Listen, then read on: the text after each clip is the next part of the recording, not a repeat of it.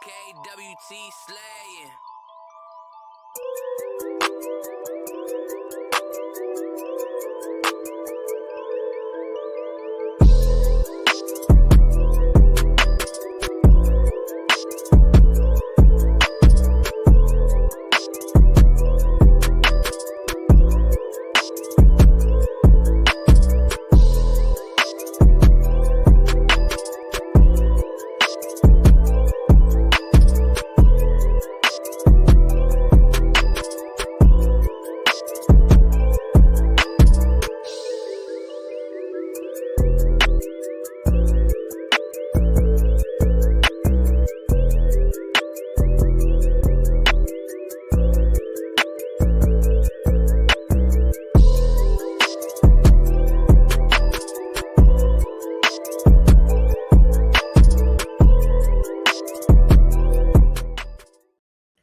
Salama family, salama. How y'all doing today? Hope you're blessed and highly favored. Minister tell you say hi to the family. Greetings, family, peace and blessings.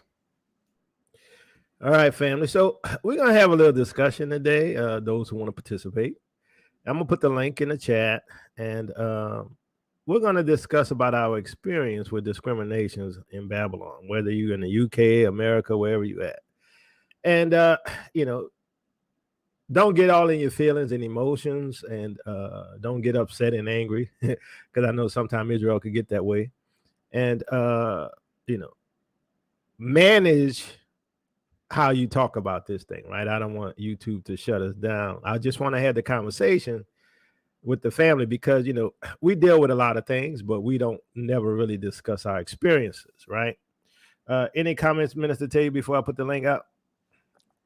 Yeah, we just we're curious as to your experiences, and what's your story? Let us hear your story.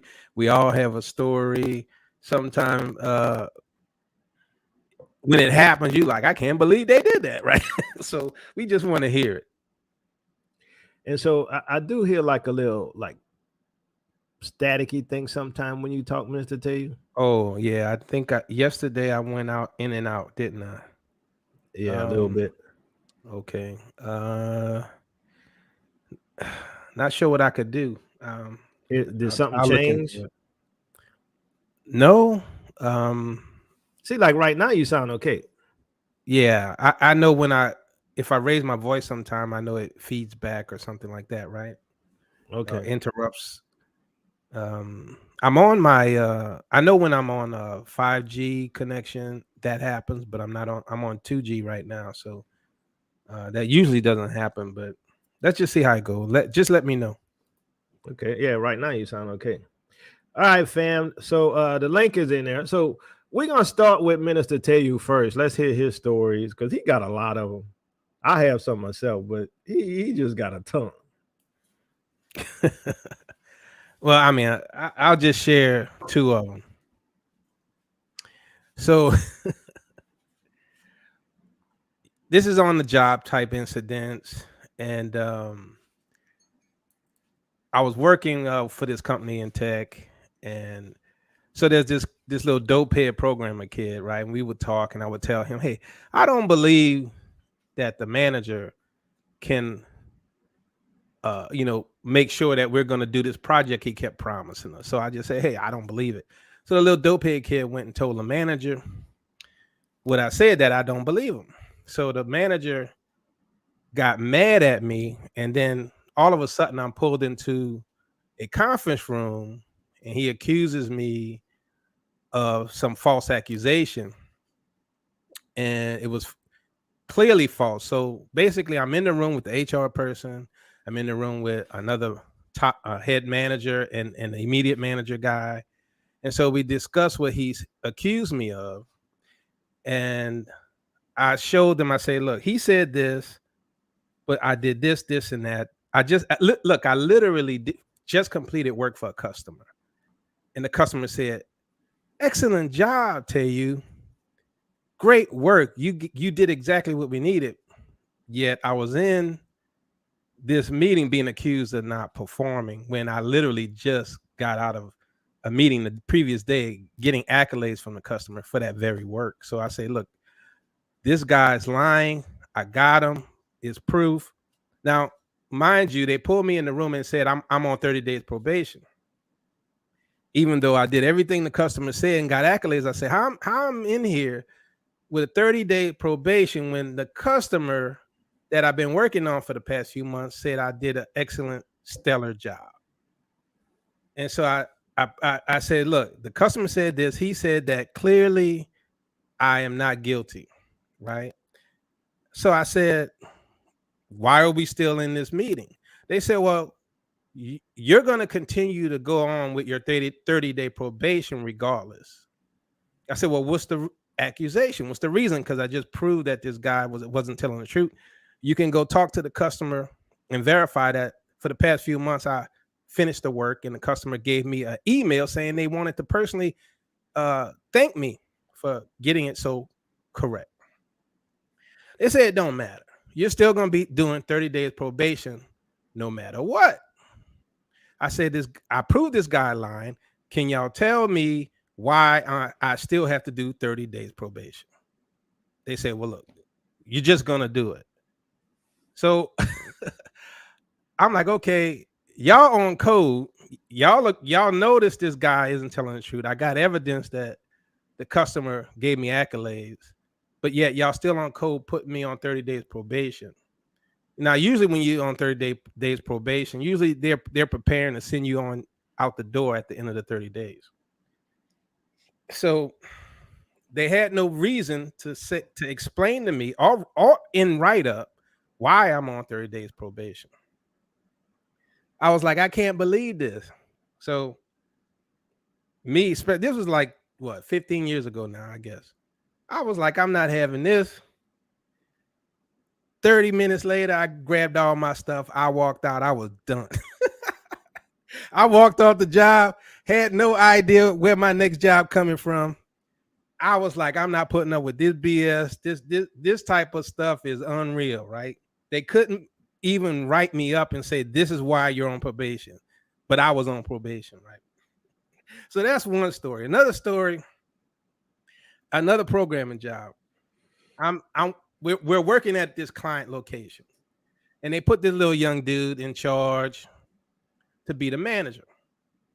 Now, he's in Florida now, right? KKK capital. Makes sense. He hardcore racist dude. So I'm working on the project, and I have a whole lot more years of experience than this guy. And so initially I was like, well, look, I don't think we should do the coding this way because this is what's going to happen. This is not right, blah, blah, blah. They said, it don't matter. Do what I tell you, right? So I did exactly what they said. So every day we have a meeting, and I say, I'm doing X, Y, and Z. This is what you said, and this is where I'm at, blah, blah, blah. Every day he would say, tell you, I don't think you're doing what I said. You're not performing up to par. You're not doing what I said. So the next day, I said, well, what do you want me to do? I want you to do X, Y, and Z, do this, that. I say, I'm doing that. Come in the next day. Give my stand up. You're still not doing what I said. I said, yes, I am. Did you not say this? Did you not say that? Yes, I did. I'm doing that. Next day, same thing. You're not doing what I said. I said, well, come and look at what I'm doing. So the other guy who was with him, both of them were accusing me of not doing what they said. So the other guy, that's the second one that somehow became in charge. He said, let me go sit with Tell and see what he's doing. So he come and he sit down with me, he see what I'm doing, he go back, he say he doing exactly what we told him to do. But for the previous 3 days, the fool kept saying I was not doing the work. And then when both of them were saying that. Then when he comes and sits down and look, I'm doing the work. And he agrees I'm doing the work. Right? So me and this guy, the head manager, we outside. And he's still making up accusing me of not performing. I'm like, okay, this is getting out of hand because you just verified that I'm doing the work. I mean, the other guy did. So really, I got hot.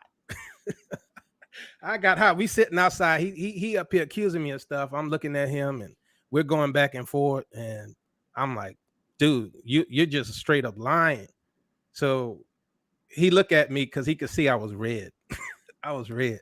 You know, when people lie, you know, you're outside, you're looking at green grass, and he telling you the grass ain't green, right? That kind of thing. He's like, you know, dude, what you doing? So I'm hot, I'm red. I'm looking at. He look up at me. He say, "Oh, so what you gonna do? You gonna hit me?" I say, "I'm not gonna hit you. Why you say I'm gonna hit you?" Right? Well, because I was red. I couldn't hide it off of my countenance. The guy had me hot. So basically, I left that job because of how they were doing. Because when I went to his manager just said, "Look, let it go. Forget about it. Don't worry about it." I said, "But look what he did, and he's still bothering me."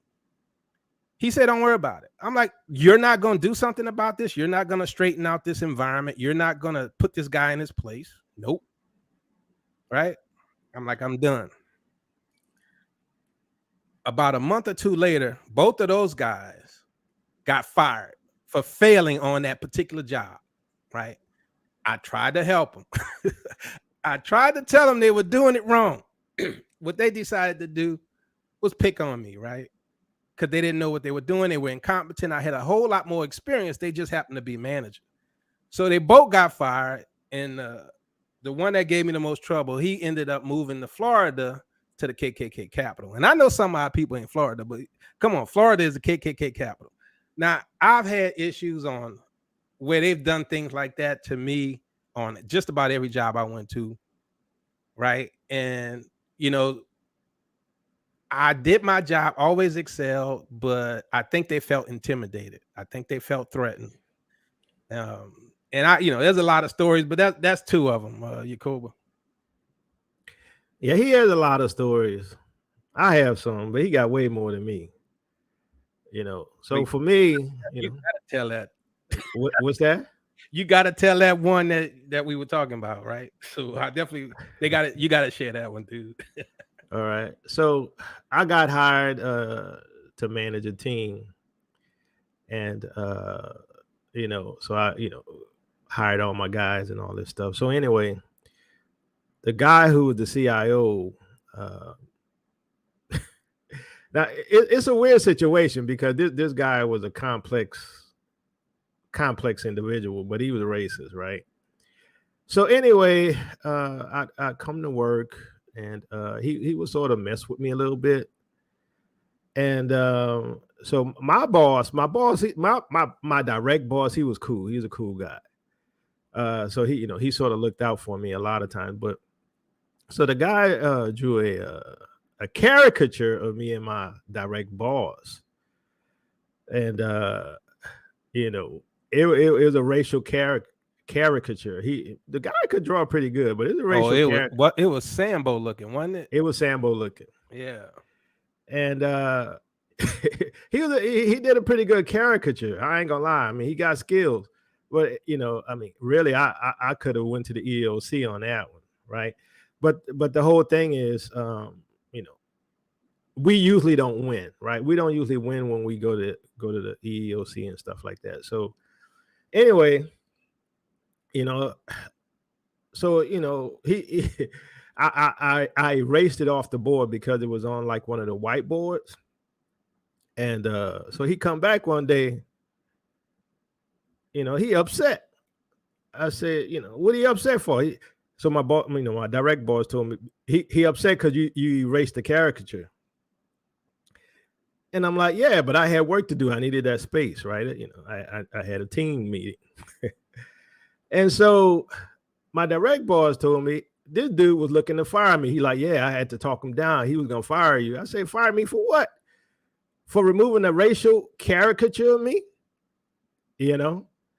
And so, you know, that's like one of the worst ones, right? And but then I had another incident at the same place where some of the other VPs and stuff were always trying to find some fault, right? Always trying to find some fault for me so they could get rid of me, right? Because black folks don't get in those positions, right? And so, but my direct boss, he was a cool dude, and you know, he would always protect me.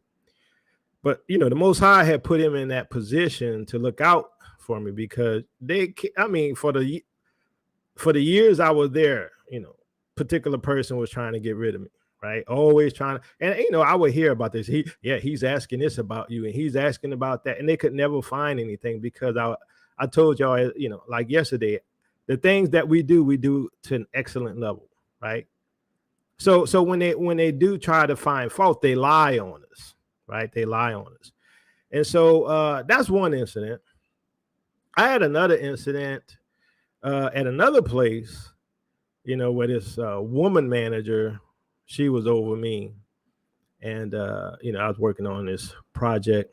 So she bring in this blonde hair, blue eyed German guy. And, she wanted him to be over us, basically. Less experience and everything.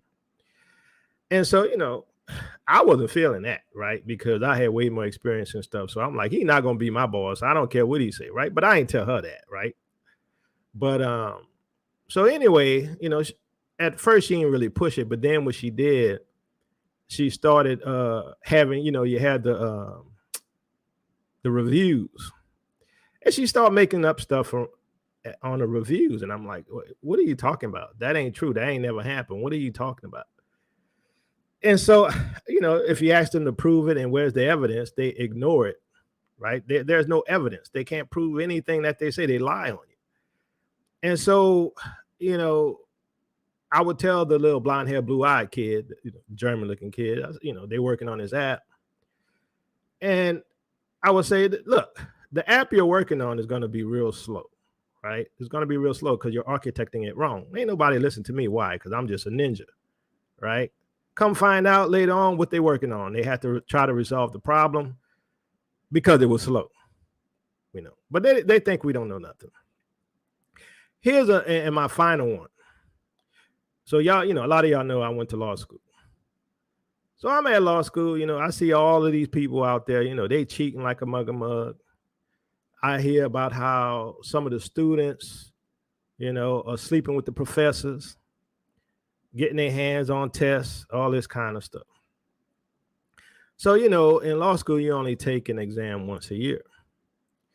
So when I was taking one of my exams, I had the professor, he come up to me out of everybody, and this is a big, huge auditorium, mind you, right?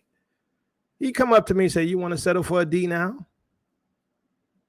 I'm like, based upon what? I ain't even take the test yet. So I look at the girl, white girl sitting next to me. I say, did you hear that? I ain't no. Put her head down. I ain't nothing. But see, they be on code, right? And so, for me, I think it's good and therapeutic to talk about this stuff because we go through a lot of stuff and people think we be, claiming, skin color and racism for nothing when, we dealing with this stuff on a daily basis. Right. And they act like, like even the whole talk today of reparations. What y'all need reparations for? There's no more racism. Right. Or I didn't do nothing to y'all. Y'all still doing it. They still doing it. But that's my thing. All right. So let's move on. Ernest, what's your story? Shalom, shalom. Respect to both brothers. How y'all doing? Everyone, family, love everyone. All praises to the Most High. Yes, yes. So, I know the other day, Brother Yacole, you talked about reparations and you was like, give me my money and let's go. Yeah. That's how I feel about the reparations. It's like, we always talk about the reparations, but as a people, if we got reparations right now, we wouldn't do anything but give it right back because our minds are so focused on the very thing America wanted us to be focused on, material things, money, advancing. We're still deep into that as a people. So if they did give us reparations, we ain't gonna see nothing but a bunch of Rolls Royces and, people doing a bunch of ignorant stuff on a bigger scale because they already do a lot of the ignorant stuff. So I'm like you. Give us the reparations and let us go back. We were more rich when we had less. Like when we traded services, my dad could do roofs. Your mom did something. When we traded services, we were richer as a people because we had less. And that's what I think we should get back to. But I got two short stories. to come to give you guys a little basis of it. I'm dark skinned. So I don't think a lot of brothers and sisters understand that we deal with it, but as dark skins, we deal with it a lot worse, on a worse basis. And even with our own people sometimes, you know. I was working at a Sonic drive-in, and I'm from Kansas originally. And I was working at a Sonic, and I had my hair French braided back. All the car hops there, they were all white. You know, everybody's white. The owner, I think he's Indian. His wife is white, blonde haired lady. So they see me coming, and everybody's like, oh my goodness, we're getting another black girl. Like, you can't hide it on your face. You know what I'm saying? So I come in, and when I come through the door, like, I'm one of the most friendliest people you'll ever know. I speak to everybody. I'm smiling. I'm happy, and they're all shocked, and they're looking at each other. I never paid it any mind and didn't know what it was about. Well, about a month later, like, they saw how good I was. I was like their number one car hop. So the owner's wife comes to me and she says, you know what? I just feel really guilty. I have to make a confession. And I'm like, okay. And she says, when I first met you, I was scared of you. I was like, what? She was like, until you started talking to us, I thought maybe we all were going to have to fight you.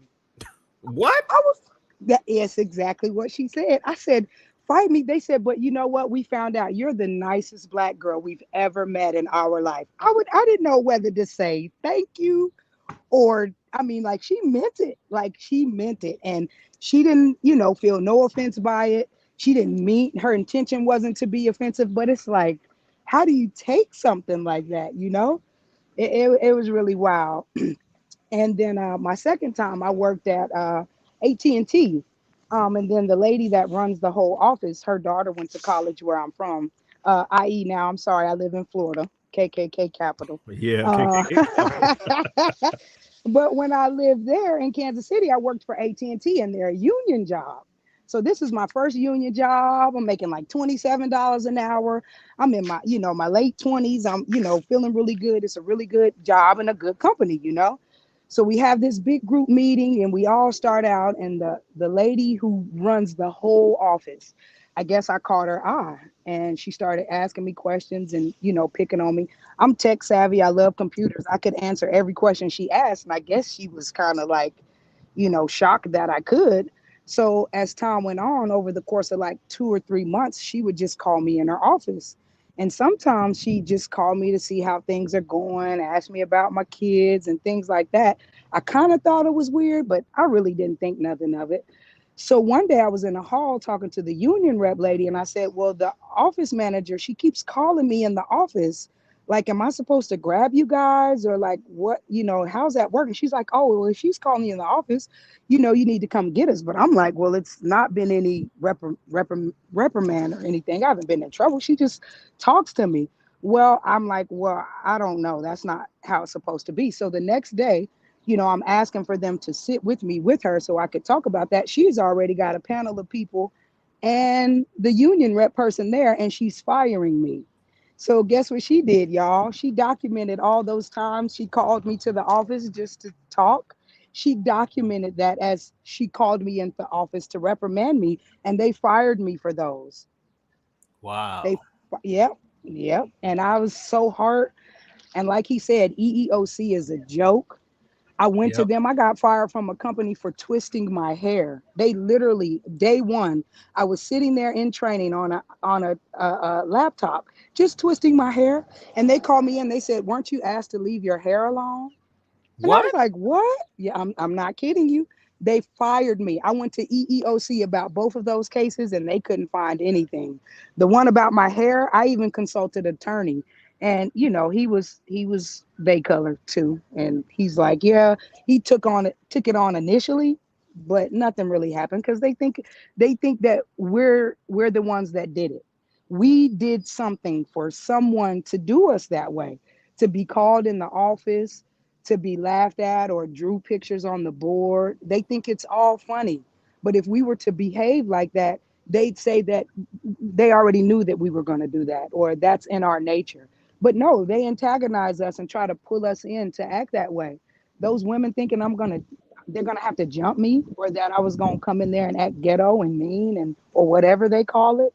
You have no right to do that, but that's my spiel. And just show some love to some dark skins, y'all, because we got it bad for real out here. We love That, dark skin. yeah, we love y'all, but you right. We've seen it, and I mean, if you notice, they don't have any filter.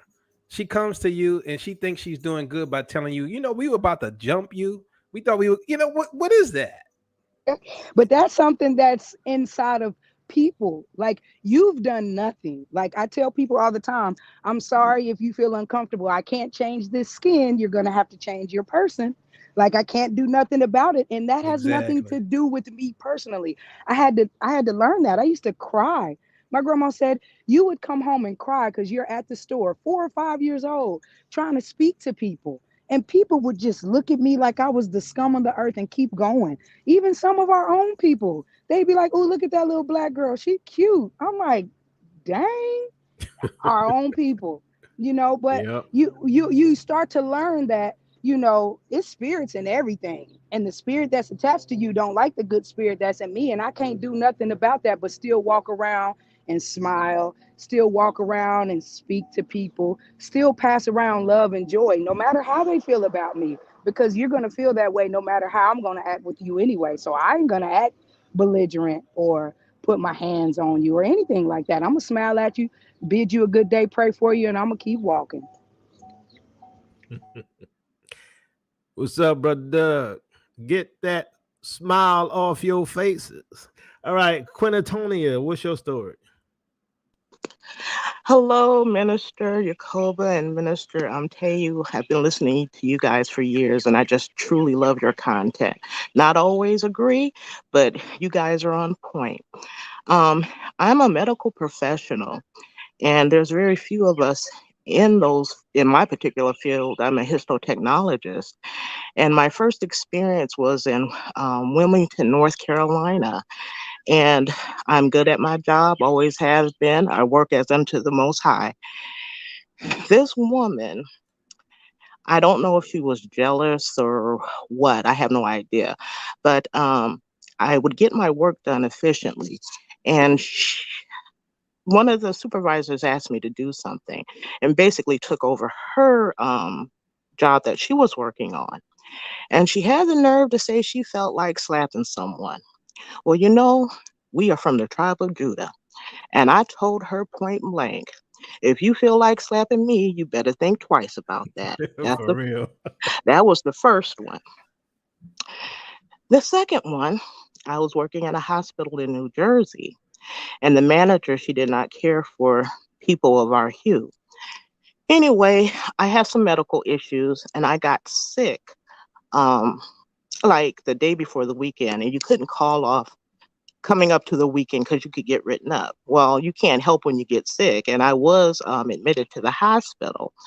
When I got back to work, she wrote me up because I was off on a weekend and you can't call off. And I'm like, well, I was sick and I have documentation that I was in the hospital.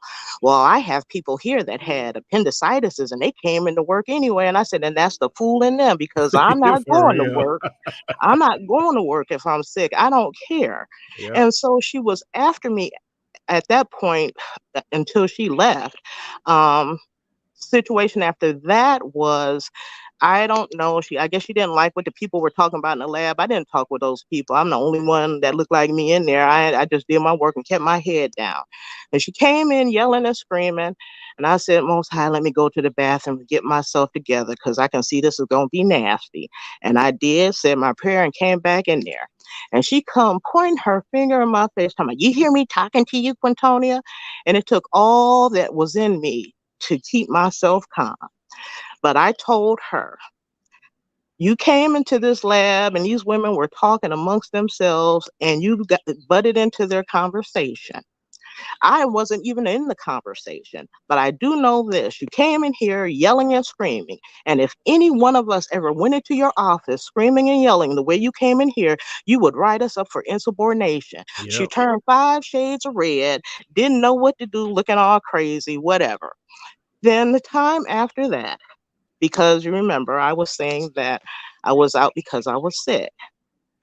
I get my evaluation and she's giving me a bad evaluation because I called off because I was in the hospital. And she wanted me to sign. I said, I'm not signing this. And she's like, well, I'm calling human resources. I'll do one better for you. I'll call them myself.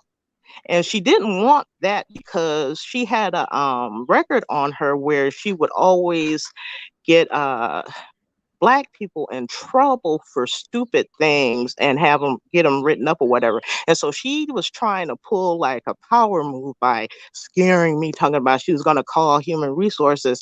You know, when I told her I would call, she was scared, didn't want me to call. Oh, we can discuss this. There's nothing to discuss.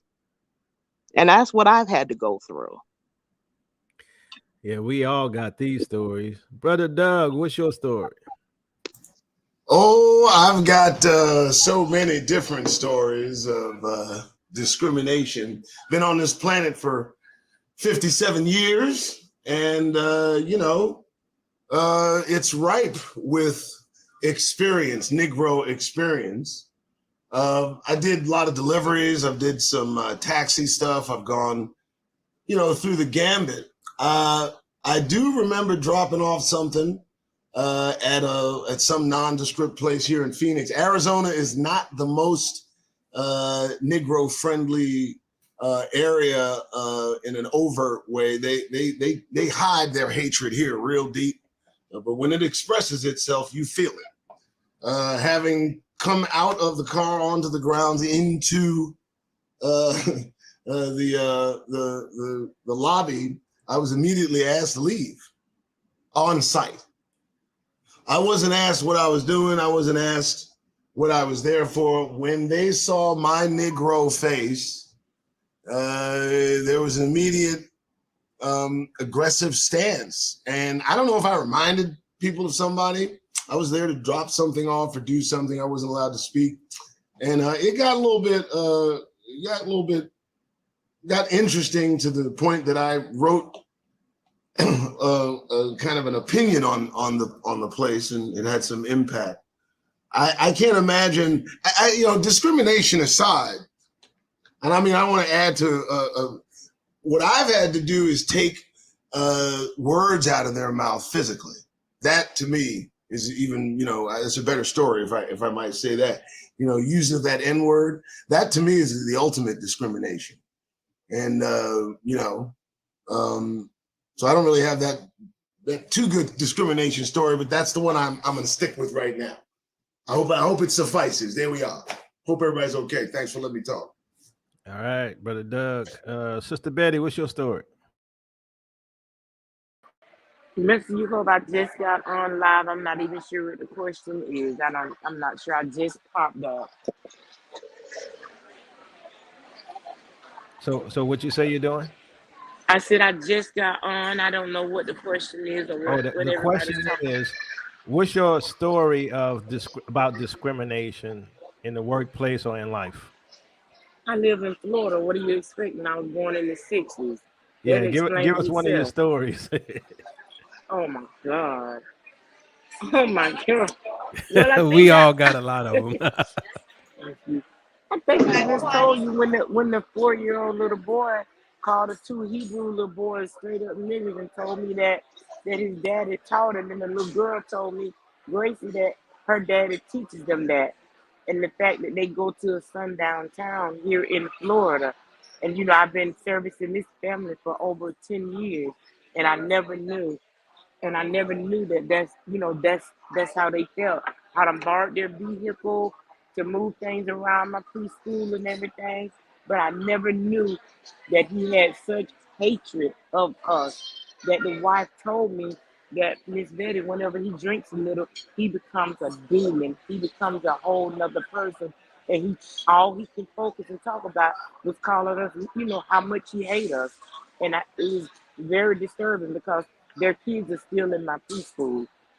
So it's very disturbing that he could teach a 4-year-old. Well, Lane was 3 at the time. He's 4 now. That he's been teaching them to refer to us as straight up niggers all their lives. And I never knew. So that was the most extreme, thing that I had dealt with right here in Florida. And it was extreme. So yes, I know what it feels like. All right. Thank you, Sister Betty. Brother Don, what's your story? Which one?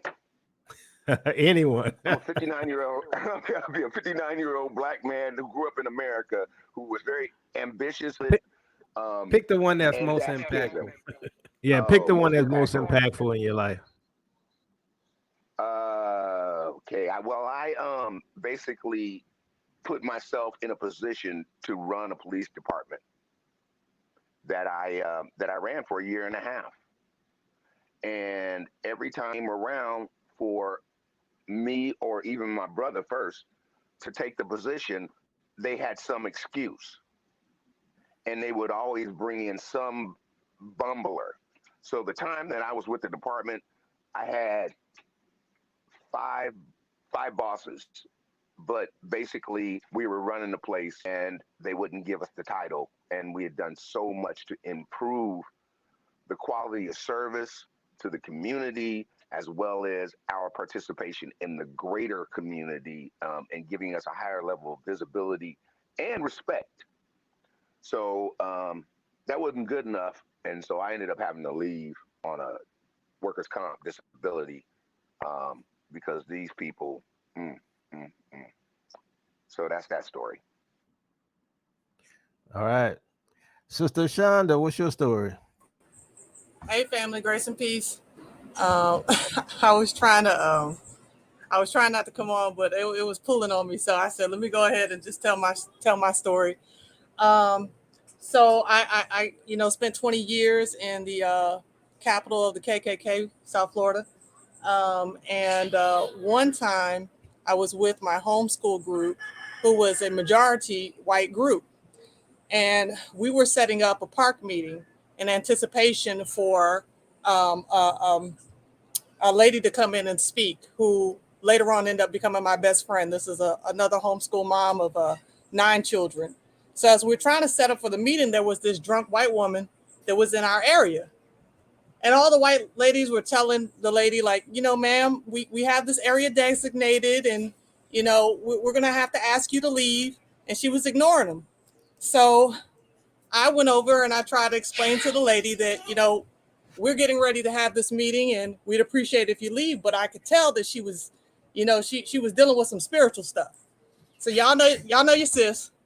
I got to rebuking some demons, and I started casting demons out of her right there at the park. And she couldn't take it. And I'm binding them demons up. She couldn't take it. She's running around. She finally goes to get to her car. And before she turns to her car, she turns around and she says, "Nigga." What? Yes, indeed.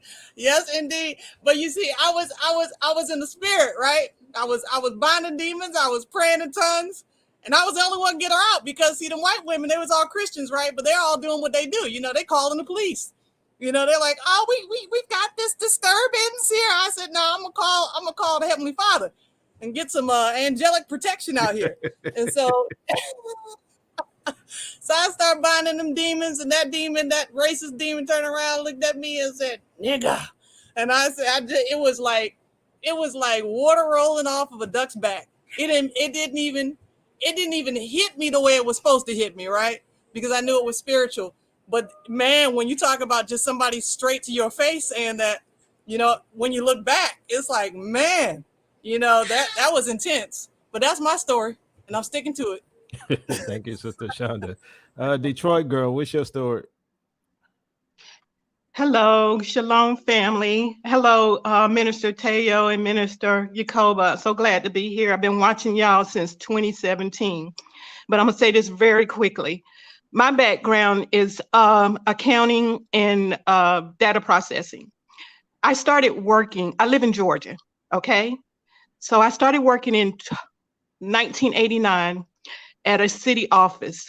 We did inspection and fees. We issued permits for construction and whatever. I was the first Black person to ever work in this office. And dealing with, the white people. I wasn't supposed to be there. So they would come in, and I had another coworker. She was a white Armenian.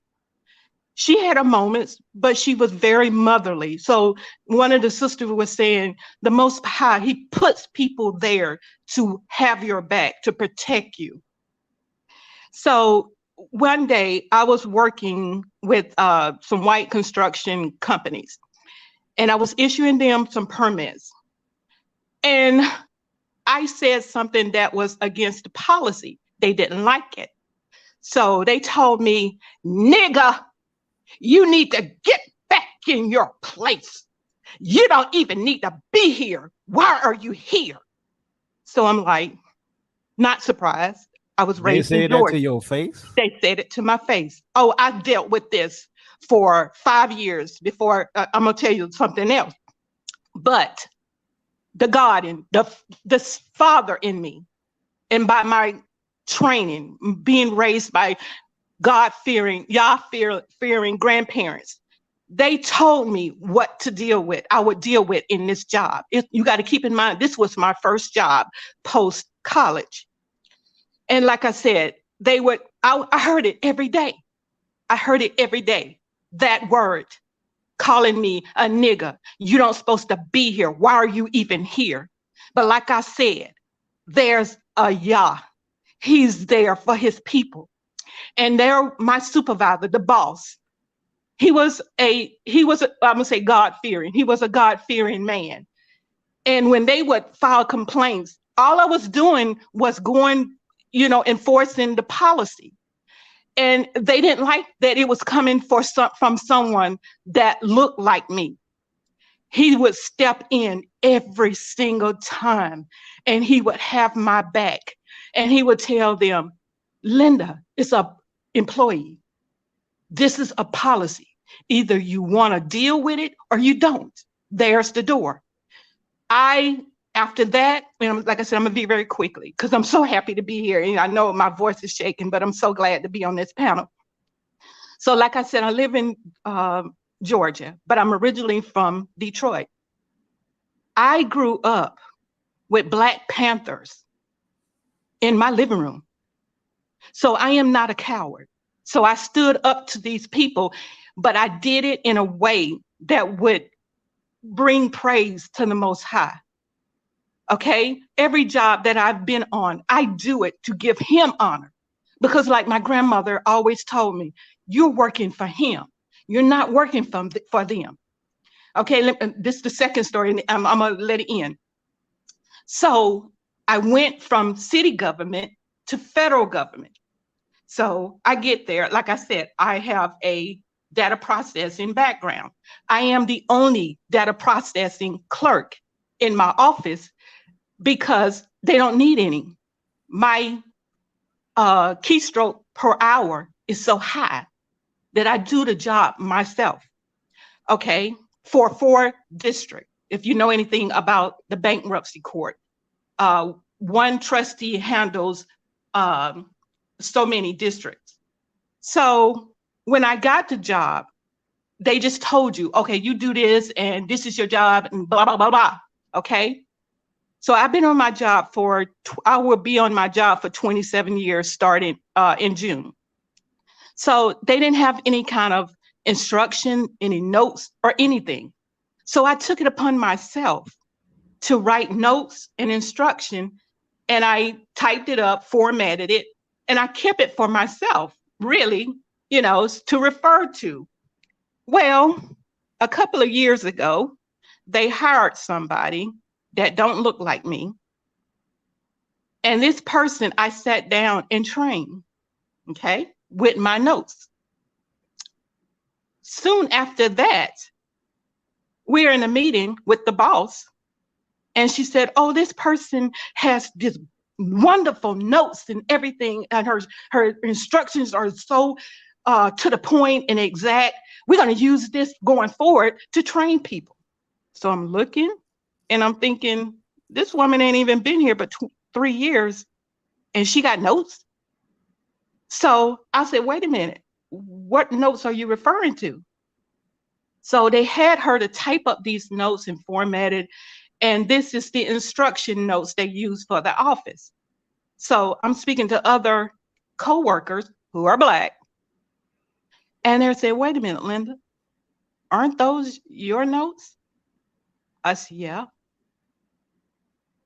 But they got somebody else done typed them up and using them to train people. And I'm going to end it right there. I deal with it. Every one of us deals with it, have dealt with it, and will continue to deal with it. But, you know, I don't have to deal with the in your face calling you the N word in it. I mean, unless they do it behind my back. But I have dealt with it. And I just appreciate you letting me tell my story because, you know, it's been hard. But I know who I serve and I know who I work for. Thank you. Thank you for telling your story, because it's sort of therapeutic because we all go through this, but it's usually personal and only our closest relatives know about it, right? Yes. And so these people say, we're not worthy of reparations. Well, you hear some of the stories right now today of why we still do reparations. All right, Lady J, what's your story?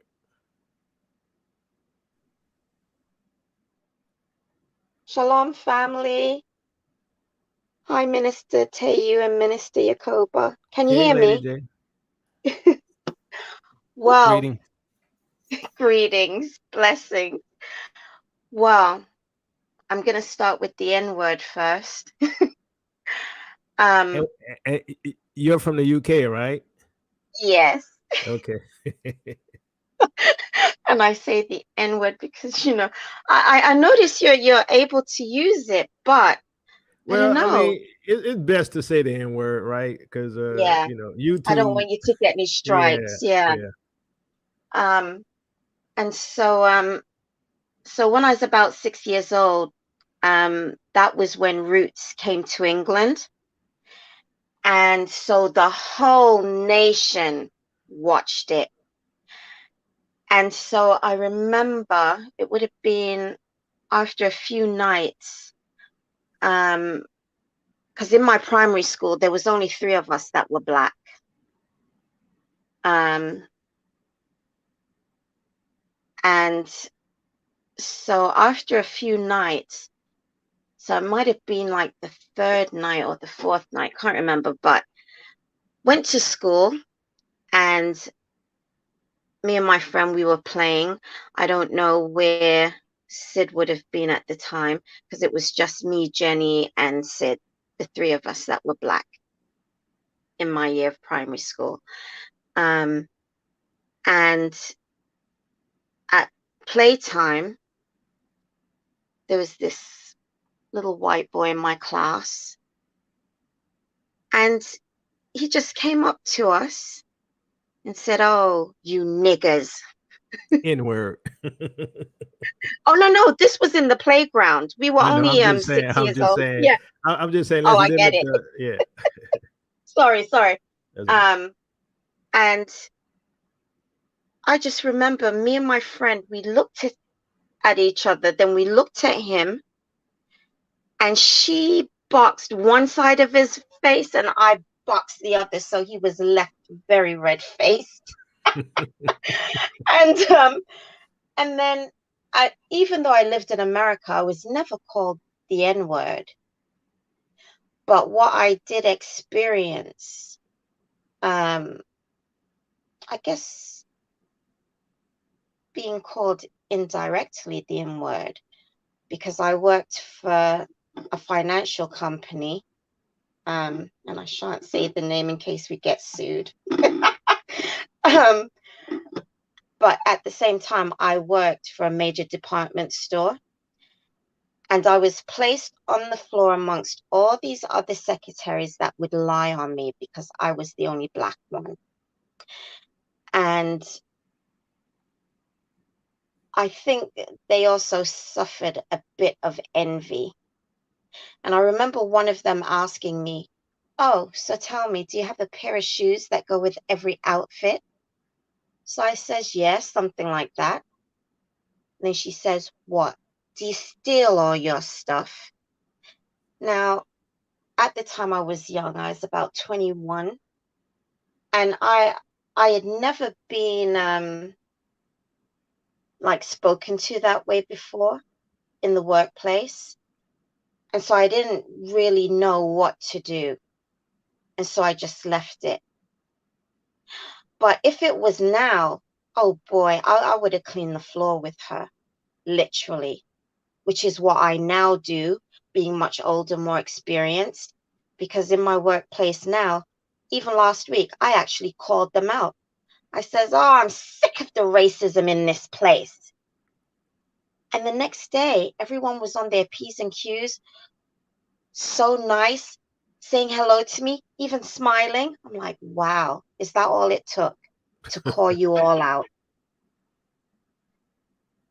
But last summer, I was walking out on the street, and it is predominantly white out here where I am, and minding my own business, having a conversation on my phone, when this white woman overtook me, stopped in front of me, turned around, and said, shut your mouth, you dirty black N. Wow. Shut your mouth, you dirty black N. Now, my aunt was on the other line, and she's very, how can I say, mild-mannered. And she was like, what did she say? I'm like, it's okay, auntie, it's okay, I'm fine. And she just kept going on and on, calling me the N-word. And then her man came up behind me on my left shoulder and said, she should have called you a COON. Now, I wasn't very familiar with that word. So I even had to kind of ask around what that meant. And yeah, that's more of an American one. okay. Well, I mean, even when I lived there, I didn't hear that one. So I wasn't very familiar with it. And then, of course, being here in England, it might have a totally different meaning. Yeah.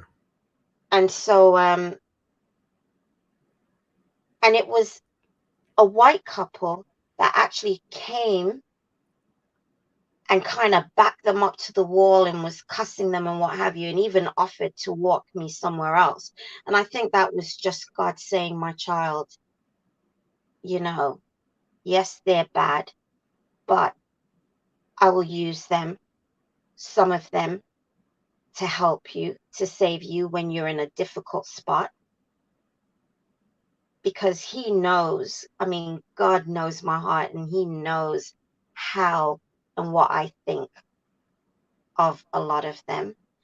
And so, and it was my friends, when I told them what had happened, they actually said, go to the police and report it. They take this very seriously. And so I did. And even though I've seen the woman and I've taken photos of her on the street and I've taken it to the police station, they have done nothing. In fact, I would say they've covered for them. Yeah, they always cover for each other. They're on code. Yeah. Oh, they're definitely on code. Definitely. And so, for me, it's like, now, if I had did to her what I did to that boy in school, where I would be right now. I'd be behind bars. Oh, yeah. And there was another time on the bus, I had to defend myself from this crazed old white man that was literally possessed with the devil, because that was my second encounter, and I took out my water bottle and he accidentally hit his head on it. So he just gushed with blood. And yeah, they wanted to arrest me for that. But praise God, it was on the Sabbath and I was on my way to church, Bible in hand and all. So God got me out of that one too. But yeah, it's just, I mean, people don't really hear about racism in England until when Harry met Meghan. Did it all kind of come out, spill over? But it is here in such a covert way. They'll look you blind in your face being racist, but will act like, well, what are you talking about? I'm not doing anything to you. So it's very covert here. Yeah, see me, I tell people I like my races raw, right? I like to know you're a racist, straight up KKK member, so I know who you are. I don't like the ones, which is 99% of them, who are behind the scenes racists, right? Yeah, it's All right, thank you. dangerous. I just Thank want you. to say, when they're like that, it's so very dangerous Yeah, because they're planning for you. yeah, that's true. All right, thank you, Lady J. Shiloh, what's your story? Hey, shalom, everybody. Shalom. I got two stories. I'll just try to make it quick. The first one, I'm here in Jacksonville, Florida, and it was 2016. I was fresh out the military or whatever, and I was a heavy equipment operator in the military. So I got out 2016, and I wanted to stay busy. You know, I'm still getting paid from the military, but I wanted to stay busy. So driving home every day, maybe about a mile down from my house, they were building an overpass, right? Construction company. So I'm driving by every day, and I'm like, man, I'm seeing all this equipment. Let me just go see if I could get a job. So I pull over. I'm like, hey, I happen to have a resume. I'm looking for a job. You need any equipment operators? They was like, yeah. Matter of fact, the guy who operates the loader, he's not here today. He said, your resume is looking impressive, but we want to see. Can you operate that loader? I'm like, yeah, sure. So I hop on there, start doing my thing for about 2 hours. Doing my thing, they stopped me and it was like, yo, you hired, right? So I'm like, okay, cool. But there was like, we just want to let you know we hiring you as an equipment operator, but sometimes we switch out people according to the need of the job. I'm like, yeah, no problem. So boom, I get back to work the next day, working, everything's going cool, right? The day after that, the third day, the guy who's a normal loader operator, he shows up. It's a white guy or a Gentile, right? So they put him in the loader, right? And there was this steep incline, and he had a load on the loader, and he was going down the hill forward. So anybody who knows about loaders or stuff like that, if you have a load on the front, you don't go down the hill forward because you could flip over. And that's exactly what he ended up doing. He tumbled the load and actually flipped the loader because he was going down the hill forward with a load on it. Common sense. So after that was dealt with, right, they was like, look, we're going to switch you out, whatever the case may be. So they put me in the loader. So I'm driving the loader for the next 2 days or whatever, right? So he was out. So the next day, all of a sudden, they was like, hey, we're putting him back in. We want you to go work with the laborers. That's all the guys who doing like the bottom of the bottom grunt work, anything to do with your hands, don't care how hot. And I'm talking about Jacksonville heat, summertime. So I'm out there working with them, right? Bunch of black guys. And I noticed that. I'm like, why are all the laborers is the black guys who's doing the hardest work? Like if you got to shovel a hole, I'm talking about you grabbing a shovel and you shoveling, right? Like all the hard work, right? So I'm out there with them, and all of them is telling me, they was like, yo, that guy they got on the loader, you know how much time he be messing up? The most work we ever got done was when they put you in there and you was operating. They was like, we can't understand why they switched him out, right? So I'm like, man, it's whatever. So the weekend goes by, Saturday, Sunday. First thing Monday morning come in, all the guys I was working with, they come running up to me and say, hey, you know why they switched you out? Because he starts complaining, and we come to find out that he's related to the boss. So I'm like, you got to be kidding me. So basically, they put him in the loader, even though he flipped it and did all that stuff, because he was related to the boss. So I'm like, wow. Second story is can everybody still hear me? Yeah, we hear you. Yeah, my bad. Second story is I was driving a truck driver for a delivery company, something like UPS, FedEx, in that area right there, right? So it's this thing where every morning you load up your truck and you got a certain amount of stuff to deliver, right? And, you know, I'm not tooting my own horn or anything like that. I just like to get it done. So most of the time I would finish first. And then it has this thing called pickups. So if you're completely done with what you had to do, delivering and all that, and your truck is empty, they would call you and say, hey, we have some stuff to pick up. Sometimes it might be one thing, sometimes it might be 3 or 4, but this is different addresses. So it could be miles and miles apart. So when you got to do pickups, you coming home late as hell. You finish your work. Now they putting extra stuff on you. And it was another driver, and I always used to wonder why. Wait a minute, am I the only person who getting pickups? And again, once you get cool with, you know how brothers are. Brothers talk. People talk on the job. You know, they come running up to me and was like, "Hey, yo, you know, we found the guy who's in charge of giving people pickups. His father was one of the drivers, and he would never give his father the pickups. He would put it on all the black drivers." So when I found that out, I was like, "You got to be kidding me, man! This just examples of the thing we had to put up with. That's all." All right, thank So you. that's that's my two stories, man. Y'all be cool. All right, thanks. All right, shalom. All right, Hezekiah, what's your story? Shalom, family.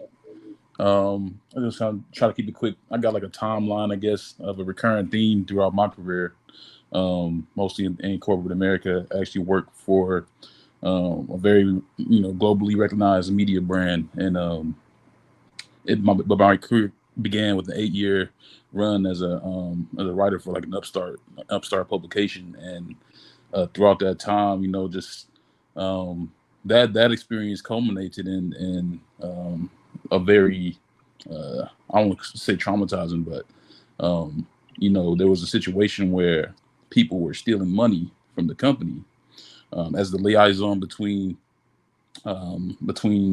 most of the editorial staff and the owner, I was kind of hush mouthed on it because I knew the struggles that many of the writers were going through with regard to trying to get their payment and bonuses paid out and things of that nature. The owner not being really present within the company. He's going on all these vacations, and so anyway, we gotten laid off around 2017, and he found out through another coworker that people were siphoning money from the company. And there was a conversation I was in that I wasn't, I guess you could say I was complicit in knowing. I knew what was going on, I just didn't report it. But that he ended up pinning the entire thing on me, even though there's evidence, and I have receipts, solid evidence that I didn't at all partake in that situation.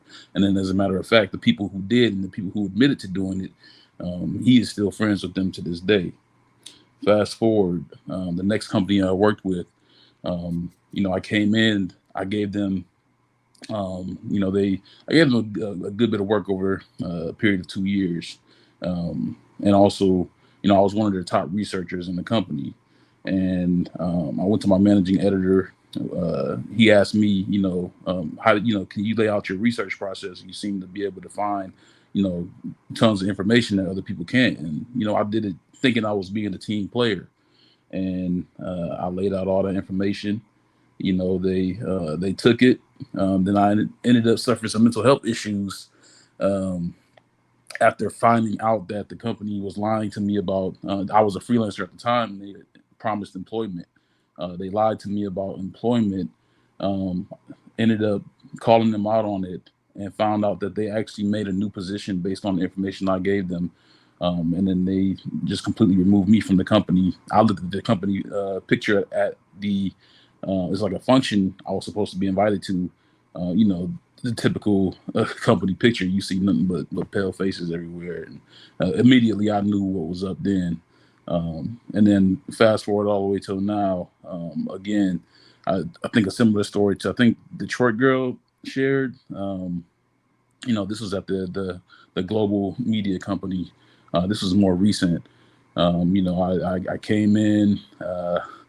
My first interview with the company, the vice president of commerce asked me, how did I help them? How did I help other people in my previous roles, figure out how to go about their job, because a lot of them don't know what they're doing, and they steal ideas from their underlings. And that should have been my first red flag. But I get into the company, I'm doing good work, I'm sharing all my ideas, and they're taking them and they're implementing them. And the person who worked beneath me, the person who I trained, ended up getting 2 promotions in that time and became my boss within a matter of 6 months. Yeah, and that happens all the time. Yeah. And I'm asking him, like, how is this possible? Like I taught him everything he knows, and I told before I came, y'all were doing something completely different. Like your strategy was completely, you shifted completely based on information I helped you with. And so yeah, it's then later on it came, we had a whole diversity and inclusion thing going on internally, and right after the George Floyd stuff, that stuff died down, and I heard the term one day. They said George Floyd fatigue. I'm like, what does that even mean, George Floyd fatigue? I guess they got tired of, because we had a whole black-owned business push for exposing and highlighting black-owned businesses, but that whole initiative died down. One of the girls who was on the head of that committee, she's another Israelite by blood. She was pushed out of the company, unceremoniously, and they came to me in private about it. And so I knew something had to be up. But I'm not sure what exactly happened to this day, because I have not been able to get in contact with her. But I'm pretty sure that there were some racially insensitive things going on, and that whole experience soured me to the point where I was ready to like put out a whole. I was ready to publish, this, like I said, a global media brand, publish an article on their website about all this stuff, and I was ready to commit career suicide. I didn't end up doing that. Decided against it, but that's just I guess a testament to just how insidious it can be, especially at in companies like that. And yeah, it's really nasty in corporate America, because it's not always so in your face. It's real subtle, and they hold you down. They drain you of all your life energy. They're making you work 12, 15-hour days, and while they're taking 3-week vacations while you are doing all the work, and you're getting paid next to nothing for it, relative to how much work you're doing. So, but yeah, that's my story. All right. Thank you, Hezekiah. Lee, shalom. Salam, my brothers. Thank you for having me on. Can you all hear me? Sound good. Good. Okay, so I have two stories. I live in the Netherlands, but I am Rwandese, and I came here as a refugee 20 years ago. And when I was like, I think 14, I went to a store to get some groceries done. And of course, here, as I think you guys know, in Europe or in the Netherlands, we have this festival that is called Black Pete, where you have Santa Claus. So I was entering this store, and I'm very dark skinned, and this little boy looked at me. He's like, and told his mom, "Oh, mom, look, this is Black Pete." I'll kid you not. The mother looked at me, looked at the boy, and told the boy, "Ah, yeah, Santa Claus is already in town." I was so in shock that I just looked at the mother. The mother took the boy. The boy was around, like, I think 5, took the boy and just walked in the store. And I was like, they're flabbergasted. And that was my first time dealing with racism. And my second time, I was driving, highly pregnant. I was 8 months, and I was at a conjunction, and the stoplights were on green. But because I was somewhere in my mind, I didn't like move right away. And then you have this guy coming on his left. He stood in front of me and came to my window and start shouting like all slur, you ninja, you go back to your country, you don't belong here, why are you driving in that car? And everybody was in the summertime, so everybody just stood there on their bikes, on their motorcycles, just looking at me. This guy was shouting at me. I was I'm very little, I'm very petite, like I'm like 150 meters, and this guy was a tall white guy just shouting at me. And nobody did anything. Nobody ever came to my aid, seeing that I was pregnant. And I was like, OMG. And yeah, those were the two stories that I wanted to share with you guys. All right. Thank you. So a lot of these people say, ain't no more racism. What does it have to do with me? Y'all don't need reparations. So let me get y'all opinion on this, and then we get comments on it, and then we'll shut it down. Because I think what we have to do is always expose the devil, right? Because the devil likes to hide. Yeah, right. So when you expose the devil, he can't hide, and so people see him for what he is and what he's doing, right? Let's see.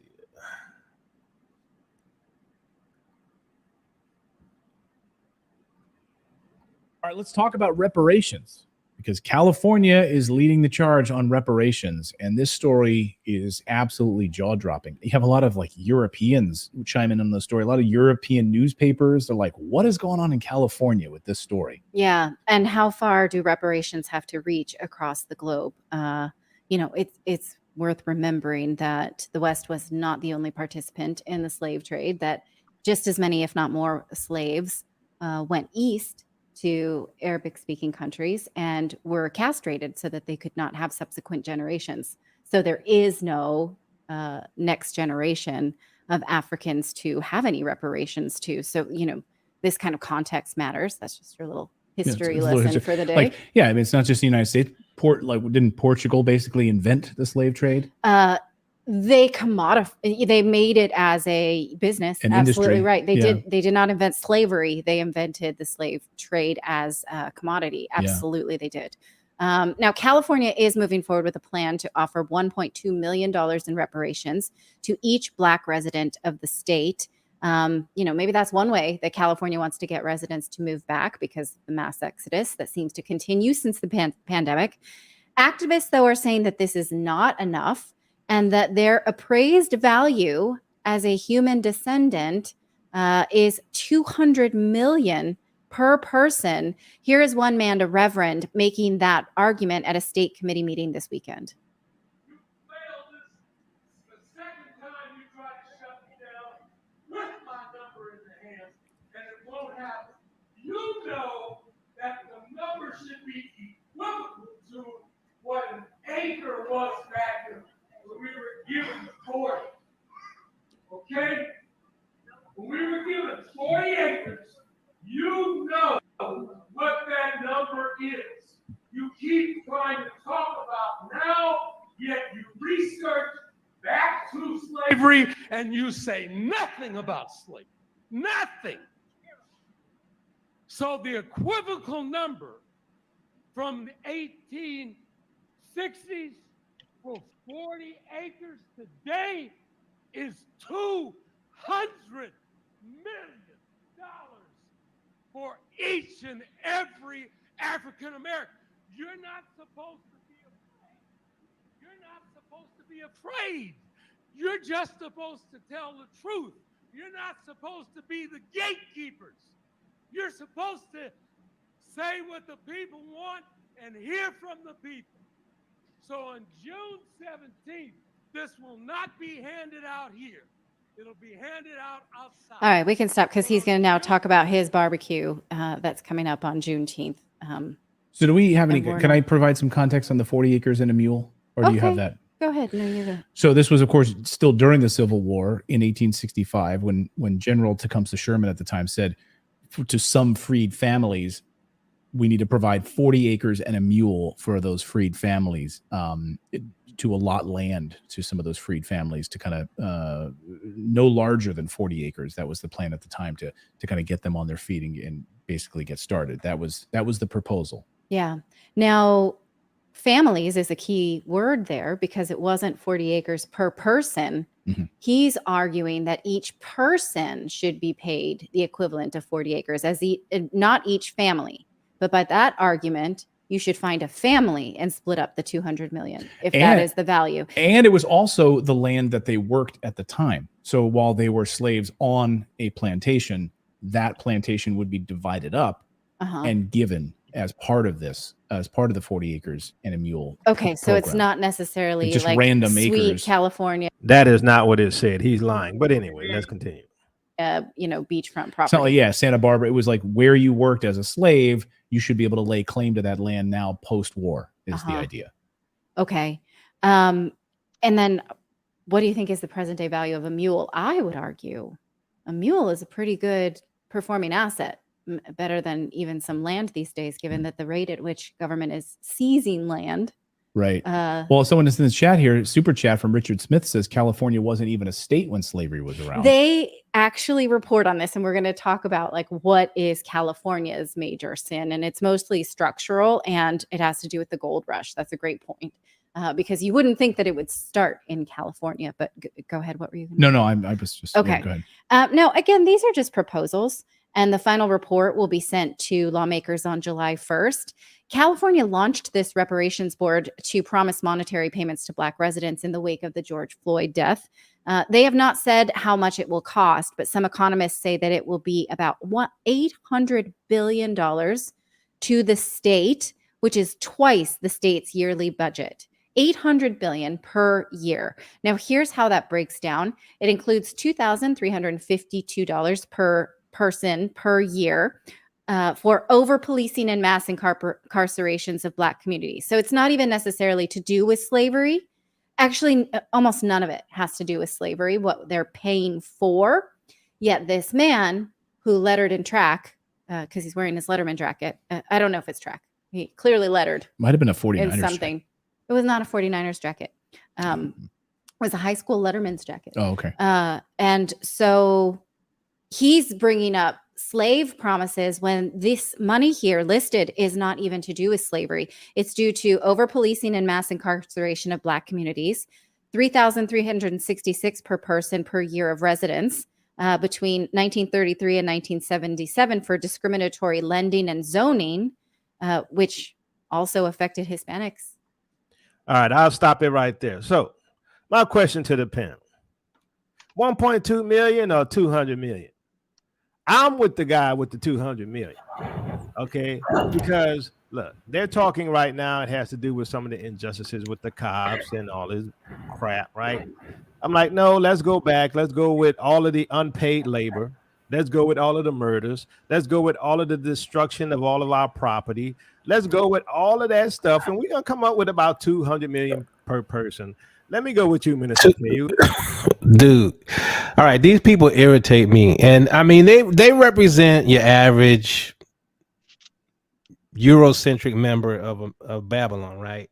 That's the average mindset. They don't owe anything. They don't have no responsibility for anything, but they were our terrorists. They were domestic terrorists. They terrorized us during slavery, after slavery, even today. They are our domestic terrorists.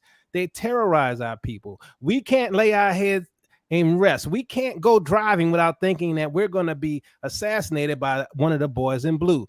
We can't rest without one of their citizens choking us out, right? We can't rest when we had Black Wall Street minding our own business, having our own hotels and banks, and they come burn it down. The debt is owed. Rosewood, Jim Crow, it doesn't end. The debt is due. We're not talking about no errors. We're talking about the dirt you did while we were here.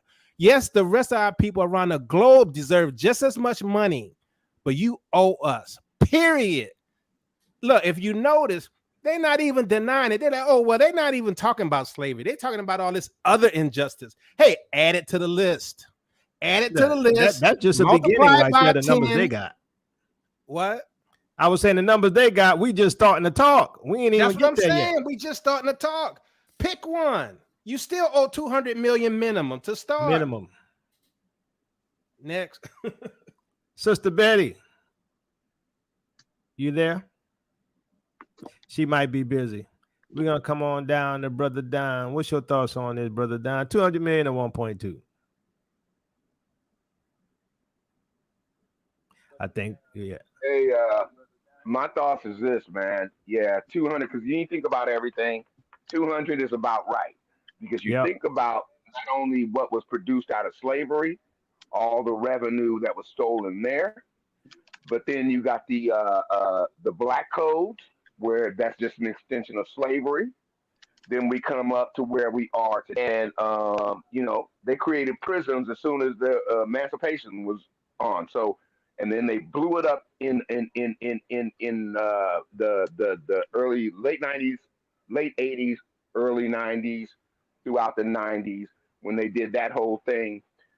But check this out. If you get a 15-year bid, what that's worth on the market, $7.1 million. That's what your bid is worth on the market. And then they package us up and call us dry goods, and they sell us on the market just like they sell loans. They package up loans and sell them. That's how they sell, package it up, label it as dry goods, and sell it on the market. You owe us. Everybody owes us. We're just gonna start with America first. But see, this is their attitude, and this is a problem.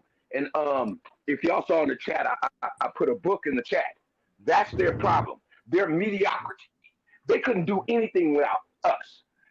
Every time they built this country initially, it failed until they brought slaves. When they brought slaves, we got it done. We laid the foundation of this stuff. They don't know how to fix nothing. They don't know how to build nothing. That's why they don't want to let us go. We got to get up out of here, man. Yeah. We got to get up out of here. This place will fall apart. That's why they still holding us here. Y'all better get up out of here while you lock them doors down. These people, they're savage dogs, and they're getting worse. They're fulfilling all the prophecy because they have no love. That's why we continue to see the assaults on us and the murders of us in the streets, and they let their average citizens exactly murder us. We gotta go. We gotta go. And hey, when we go, this country ain't failed yet because we still here. As soon as we go, the Most High go, woo! That's why I say, if I get reparations, I'm out. I ain't staying. Sister Betty. Brother Yacoba. Yeah. I promise I'm not gonna say no N words and none of that other stuff. Okay. Let me tell you something right now. You owe me and you gonna pay. Yep. Oh, you gonna pay. You gonna pay. Just like Pharaoh paid, he didn't want to pay. He did not want to let us go. But at the end, he had to let us go and he paid. He paid with blood. Like Eshawn Burgundy said, if America speaks, it has to cough up blood, then speak. When America speaks, it's got to cough up our blood, then speak. Now, for us to even be on here, I'm not even going to let my blood pressure rise up about this simply because the wicked know what they've done to us. None of us on this panel as a whole cannot even begin to describe how much they owe us. How do you put a price on blood, baby? How do you put a price on my neck being scratched?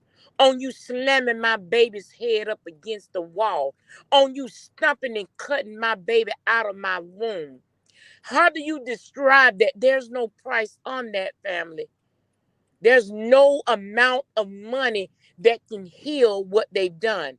What the money would do is give us a good start in another country, out of this. That's what the money will do. It's not going to heal what we've been through. Only thing it would do would give us a new foundation without them. So let's not get our blood pressure up about this because there's no amount of words that can describe the atrocity, the many atrocities that we all can talk about. We can talk about it until we old and dead of the demonic things that they've done to Yah's people. See, because when they see us, they see him. And him is not in them. They have that Neanderthal, that Ejoli DNA. That's not 100% human. So we getting our blood pressure up over something that y'all didn't even really create. I don't care. Get mad. Do whatever you want to do. But you got that Neanderthal DNA. Y'all never want to explain it. You want to say you don't know what it is. It's what calls you to be the demonic, witches, witchcraft people, entities that you are. I'm not going to call you human because you're not 100% human. We are. So every time they look at these burnt faces, Egypt, and want to say that's not Egypt, we remind them of our Yah. We remind them of our Yah. They know who you are. You think they're going to give the Most High people unwillingness, but he is going to do the giving. He's going to force them to have to throw us up, get rid of us. He's going to force you. He's forcing our hand right now. Sit back and chill. Sit back and chill. Go get some lemonade. Cause we can't even we can't even think about all the things that's been done to our babies and our women and our men. Butt breaking. But come on, man. Come on. What kind of human man, if you're a human man on a plantation, you go after butt breaking the men in front of their family, in front of their wives. Go read Willie Lynch. You think it's a fairy tale? You think it's a fairy tale and you think them people don't know they owe us? Please stop. Please stop and go do some more historical findings. Please stop. Because that Jesus Christ is the Antichrist. That image itself is the Antichrist. And look, that's what they worship. So how do you expect these people to have some sympathy, empathy for you? Stop. Stop. They worship the very Antichrist image right there. It's right in front of you. That's his image right there. So you expecting some sympathy, some empathy about money? I listened to Redacted. That girl a racist, her and her husband. Oh yeah, straight up racist, simple and plain. Straight up racist, simple. Can't you hear her? You hear what that heifer saying? She's even joking. She's even joking when she said, well, how much is a mule worth now? Make me want to break some off on her. Make me want to wrap her hair around my hand. You understand what I'm saying? And her man. Lady J on there talking about this couple up there giving her the business. They'd have had to incarcerate me then. I'd have bust her up right quick. It'd have been on and popping. They get the right one. They don't want no southern barefoot walking heifer through the groves to say that in my face. But anyway, skipping that right there. Stop looking for sympathy, empathy from the Antichrist, who the world worships, besides us. Come on now. Come on. All right. Yeah, and you know they don't like being exposed. They're gonna try to flip it on us that we're racist, exposing their racism. Does that make sense? Exposing their racism. Exposing their racism. If you laughing or you smirking in any type of way, talking about them 40 acres and a mule, you wicked demonic people. You went and paid the slave master for losing his precious slave. You paid him. You put him back in the house. You put him back on the land. What did you do? Say we free, but we can sharecrop on your land long as we work for you and don't get paid. So they So, will Sister pile Betty, on bill after bill after bill every year. So the sharecroppers didn't never get paid because we was always in the hole. that's Sister Betty. They not the slave plantation owners. They got reparations, right? But Yes, the victims, they don't deserve any. they don't deserve any. So you laughing about a mule, heifer, you heifer. You But you nil know out what she's DNA saying is they heifer. don't consider us human, Sister Betty. That's the reality of it. You don't need to pay the animals or the dogs anything, right? That's the reality. But that's the trick they play on the world with that whole constitution, that 3/5 thing. They Yep. got even the Gentiles believe that. But listen, they know and I know and you know and I know for a fact. See, when you do your own research, this is when you know for a fact. I don't have to listen to what nobody else says. This is what I absolutely know. Go explain your DNA. Go explain what that unexplained what is that in your DNA? Go tell me what that is first. Oh, you're not gonna do that because that's gonna expose you that you're not who you portray yourself to be. You know who you are.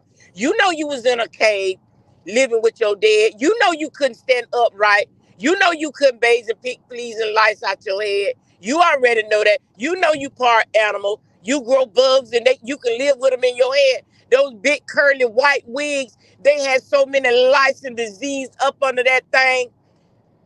And they know who they are. We don't even carry disease and bugs like that. You do. You know you're a caveman. You know who you are. You know if Moses hadn't came and taught you how to walk upright and how to bury the dead, you would have still been eating cold human flesh, a raw blood animal. We know not to eat the blood, but you demons, y'all eat the blood. Why y'all eat raw cow?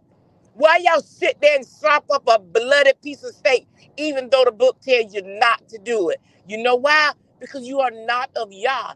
You was not created by him. You're the tares, but the tares finna be pulled up and bounded up and burnt. You're the tares. You're not the wheat. We know that. I know that. I know who you are. That's why I walk supreme. I walk supreme because I am supreme over you. I'm Eve. I'm Eve. I'm Eve. I'm your mama. I'm Eve. I walk superior on you. Anytime. Anytime. You're beneath me. You're below me. Listen, Yahuwah told you not to intermingle with them. He told you when he sent you out there to kill the Hittites, the Canaanites, all them ites, the Perizzites, the Jebusites. When he told you to do it, he told you do not go back and intermingle and marry with them. Don't give your sons to their daughters and their daughters to your son. Don't do it. He called them strange children. Go back and read the book. He called them strange children. The more you mix your seed with them, then they're gonna breed our DNA out, breed the Hebrew DNA out. You know who you are. You them strange kids. He Listen. What did Eliezer or Aaron son Phineas did when the Israelite brought that strange woman in the camp amongst the Israelites?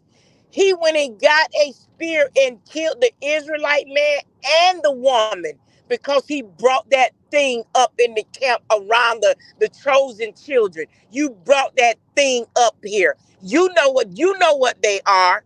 They know what they are. We ain't even supposed to be mixing seed with you. Get mad. I'm sorry some of y'all did it. Well, you did it because you didn't know. Go back and read your word. You ain't supposed to have no children by him. That's All what he right. said, not Betty. Thank you, Sister Betty. I'm I'm gonna move sorry, on. Nicole. I Uh, appreciate it. I'm sorry. It's okay. Detroit girl. Yes, Minister Yacoba, I've had this conversation so many times with many coworkers. One particular one was from Britain, and we had this conversation about reparations, and he told me, like the other ones, well, why should we pay you reparations? None of the slaves exist. And I looked at this idiot and I said, you're looking at one. Yep. Because I was in the womb and my mother and her mother was in the womb of those slaves, at least the female slaves. How can you tell me that they don't exist? And the number that he came up with and some of the other ones come up with, and forgive me for saying the N-word, family, I didn't mean to, and get you in trouble. But this is emotional to me because the number that they throw out is an insult. Yep. Because there are so many of our people, family, that were killed, hung, raped, and shot up, especially in Georgia. I can tell you many stories like you can. What about their numbers? They're not including their numbers in that reparation. Just because they're not physically here, they existed. So I say they owe us what they owe us, they can never pay. Okay? We would cripple this country if we were to get that money willingly from them. It's no number that they can throw out that will justify what they have done. Okay? When we get the money that we're going to get and we're going to be leaving this country, because we're not going to get any money to stay in this country. I truly believe the Most High has already worked that out. Okay? The money that we get, if we get any money, we're going to get their trust fund, the overseas fund, they whatever they got, we're going to get it and we're going to be gone out the door. That's what I think. And I told that coworker from Britain, you can't tell me nothing. Your whole country was built on the backs of my people. Yep. I'm done. All right. Thank you, Detroit girl. Lady J.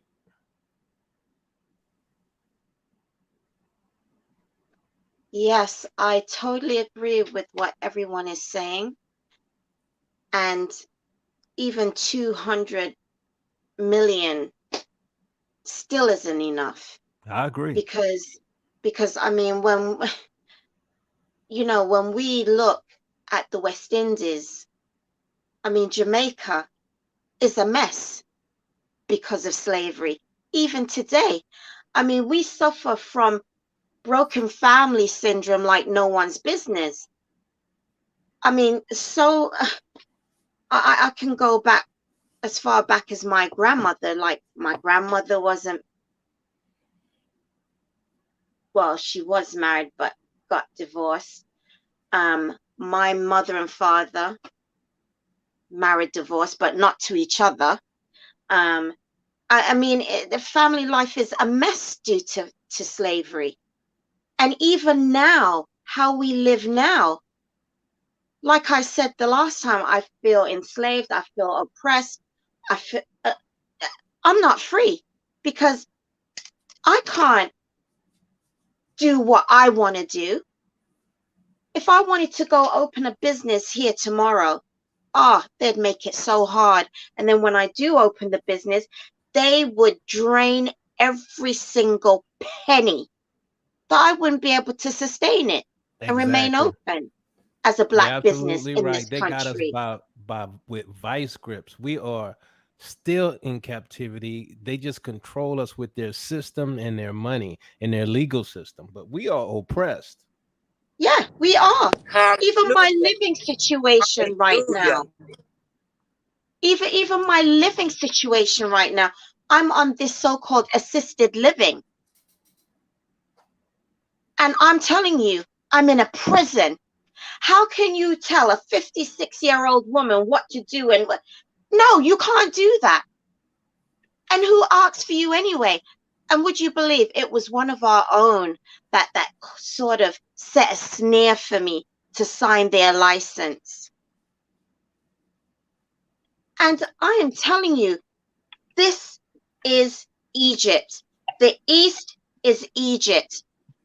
And the pharaohs and the Egyptians that we are amongst, the only difference is that they do not hold a literal whip. But, I mean, they beat your ass every day when you go to work.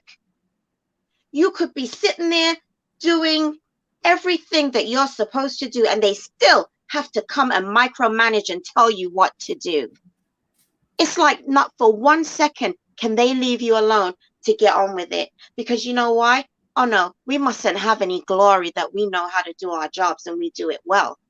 No, they have to constantly be robbing you of your glory, not to mention trying to stamp you to a level that's lower than a dog. And I can tell you, they love their dogs and cats in this country. Don't you dare touch one of them. Otherwise, you'll be going to prison. But it's like we are still enslaved. And that redacted couple, they're so facetious and sarcastic. It's like, I hope no black person is subscribed to their channel. And if they are, they need to unsubscribe. Yes, they might give us, you know, good news on certain things, but we should not be subscribers to people like that. So yeah, I land the plane there, but no amount of money can pay us. Thank you, Lady J. Ernest.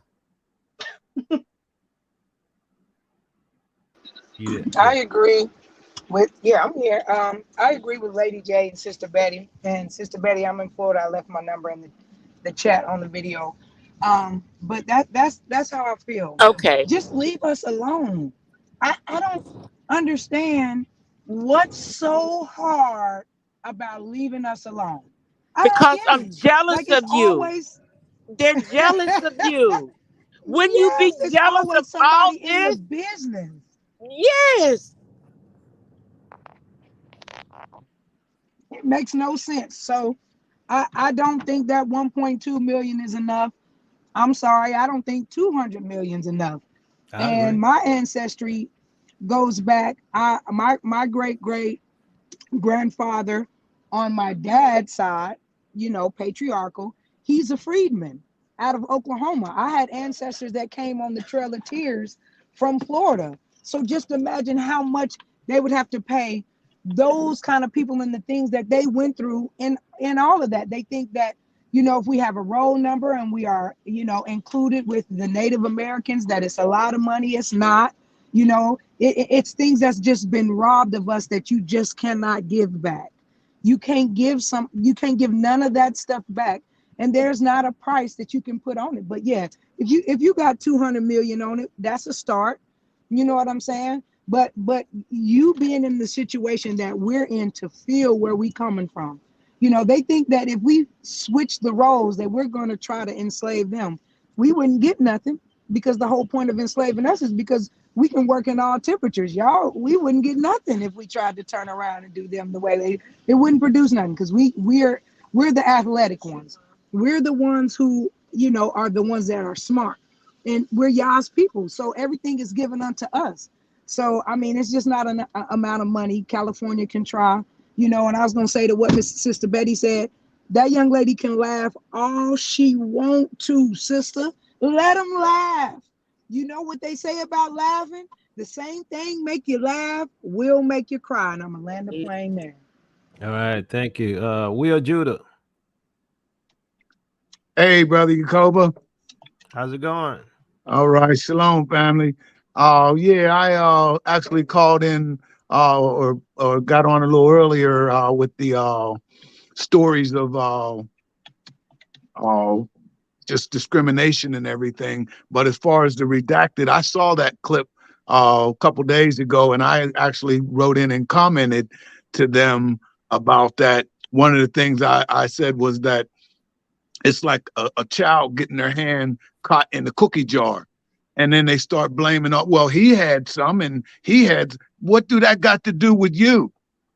That's what they were doing on there, trying to point the finger at everybody. Well, the Arabs, and these people had slaves. So what? We know that. We'll get to that. But the fact is, you have yours to pay. That don't have nothing to do with them. And so I commented on that. But at the same, also with me, I grew up, I'm 63.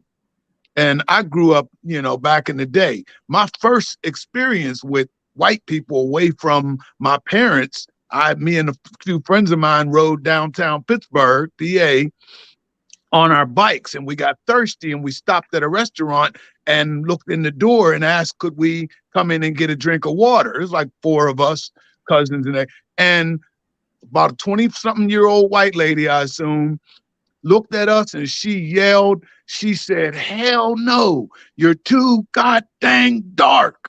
And I mean, she said it with such venom. I was standing there and my legs were shaking. And then she pulled the door closed and almost shut one of our little friends' hand in the door.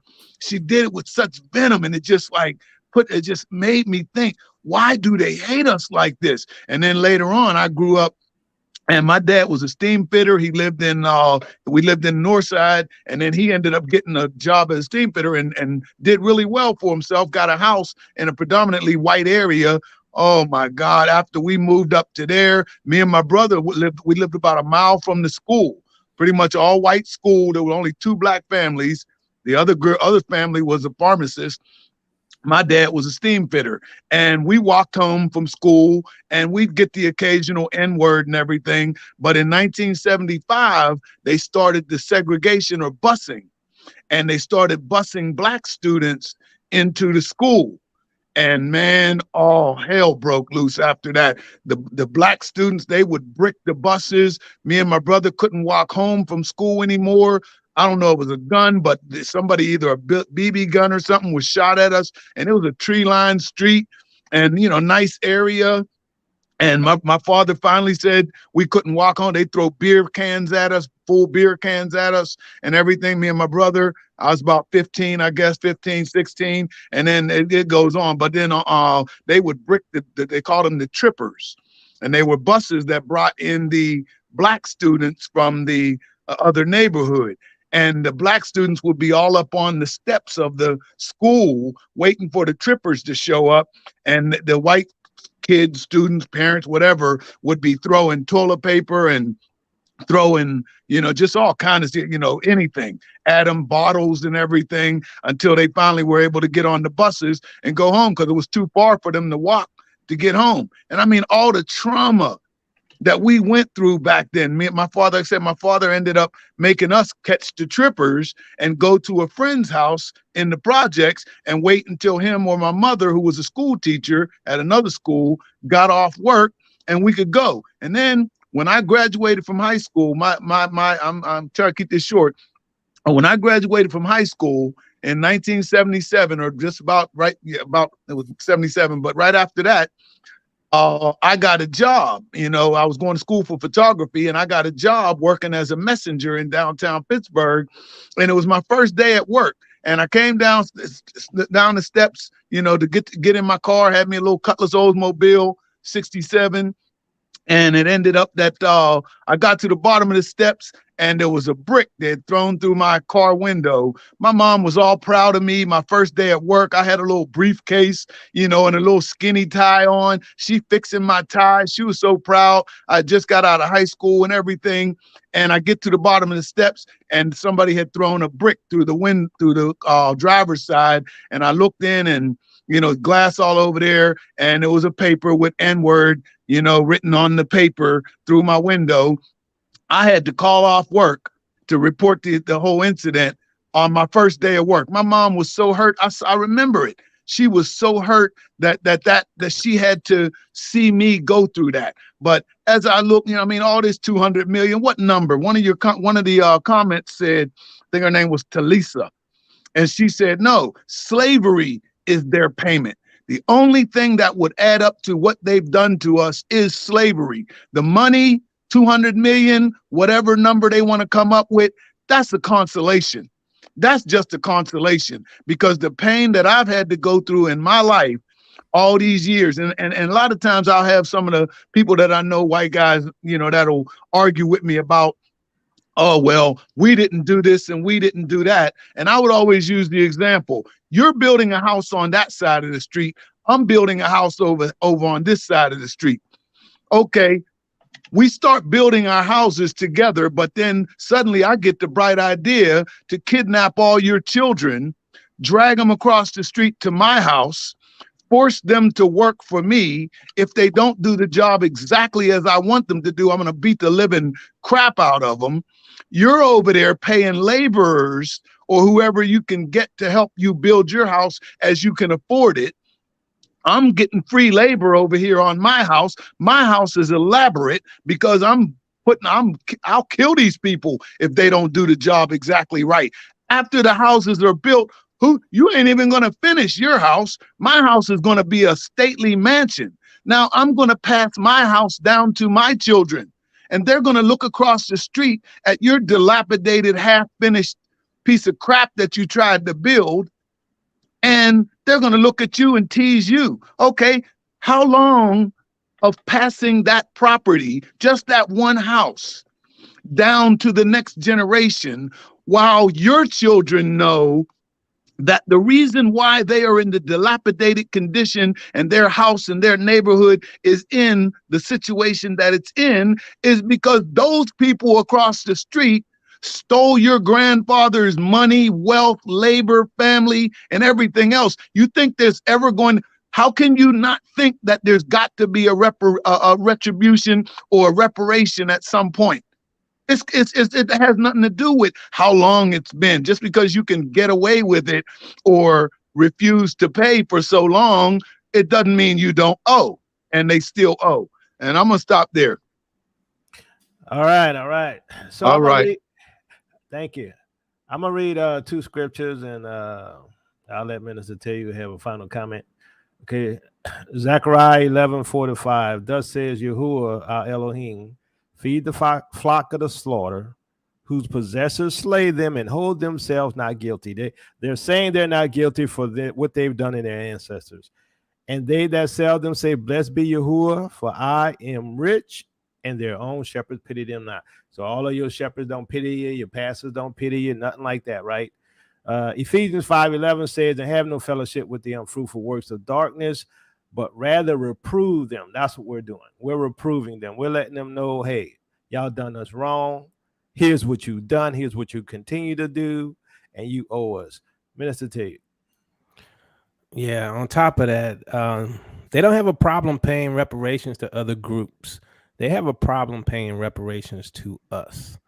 But at the same time, they know that what they've done is immeasurable. It cannot be counted. There is no amount of money that's going to resolve the evil they've done, right? So they have, let's be honest, they have this Jesus that don't hold them accountable. That's why they so happy, because they, as long as they go to church, they feel safe.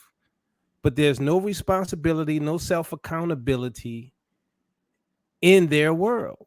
And so they don't have to feel empathy or remorse or regret for what they've done. Look, the bottom line is your government committed a crime.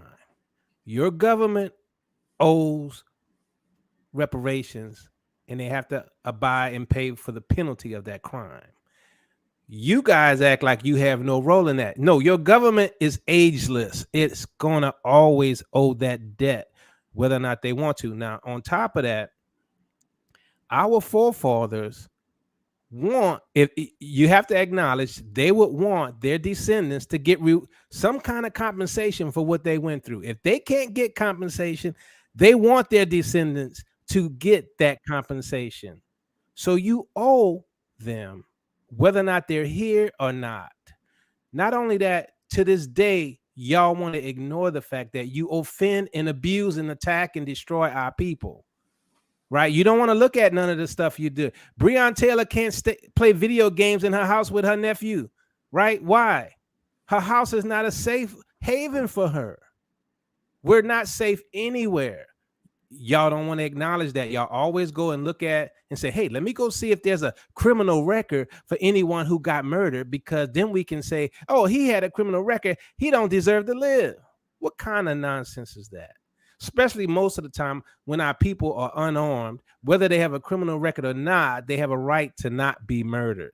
But look, they don't even think that way. They don't think that way. All they're doing is looking for an out. Look, the great judge himself will judge you. We don't need your money. We don't want your money. The great judge has already declared in the Bible your judgment. The issue here now is, do you repent? Do you want to protect yourself from the coming judgment? That's it. Thank you, panel, for your comments and your stories. Thank you, Minister Tayu, for your stories. And the thing is this, right? A lot of people don't want to confront the real issues. And the real issues has to do with how they've treated us and our ancestors, right? And what the Bible says about it. And the Bible talks all about the injustice that is done to Israel, how Israel has been enslaved in all nations and persecuted. Y'all just didn't know that Israel was the black Negro, right? I know that's sort of redundant, black and Negro, but y'all didn't realize it. Now you realize that the Most High is angry with you, right? For what you've done to his people, to his children. And I know it don't matter what we say. Y'all gonna say, I'm not paying. Yes, you're going to pay. You're going to pay. I emphatically convinced that you're going to pay. Why? Because the Bible says so. And a lot of y'all call yourselves Christians. I'm a Christian, right? That's fine. You still gonna pay. That's what the Bible says for what you and your ancestors have done and what y'all continue to do. So, you know, a lot of people going to be upset with this particular show today, right? Because it's exposing evil, it's exposing the lies. Like, there is no racism. We haven't done y'all anything. I don't do you anything. Well, we have told you the things we deal with on a daily basis, right? And let's not talk about the men in blue who take our lives. Let's not talk about that. Let's not talk about the system that has been set up to pull and suck money out of our pockets. Let's not talk about that. Let's not talk about all of the neighborhoods and that we've had that have been destroyed. All of the cities we had that were destroyed. Let's not talk about that. That don't matter. Oh, guess what? You gonna pay. You gonna pay. I'm telling you, y'all can say y'all not gonna pay. Repeat, you gonna pay. And all I gotta say is go look at my history. Go check out my prophecy videos. See how accurate I've been. You gonna pay. Peace and blessings, Israel. Your captivity is ending. Love you with the love of the Messiah. If you like what we do, you can support us by being a patron or a Cash App. And you can like this video and share it. And please support the Dry Bones Project.